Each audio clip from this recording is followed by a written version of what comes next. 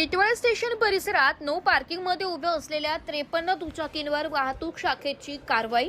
Titwala station परिसरात वाहतूक कोंडी टाळण्यासाठी आणि वाहतूक शिस्त राखण्यासाठी कल्याण तालुका पोलीस ठाण्याअंतर्गत वाहतूक शाखेकडून विशेष कारवाई मोहीम राबवण्यात आली। या कारवाई दरम्यान विविध मोटार वाहन कायद्याअंतर्गत एकूण 53 वाहन चालकांवर दंडात्मक कारवाई करण्यात आली।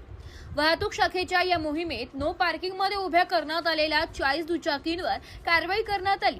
तसेच ट्रिपल सीट वाहन चालविताना आवश्यक कागदपत्रे जवळ न बाळगणे आणि विना युनिफॉर्म वाहन चालविणाऱ्या चालकांवरही दंडात्मक कारवाई करण्यात आली आहे। यामध्ये प्रामुख्याने no parking 40, triple seat 1, licence जवळ न बाळगणे 4, विदाउट युनिफॉर्म 7 अशा एकूण 53 केसेस करण्यात आल्या असून एकूण 40,700 इतका दंड वसूल करण्यात आलाय।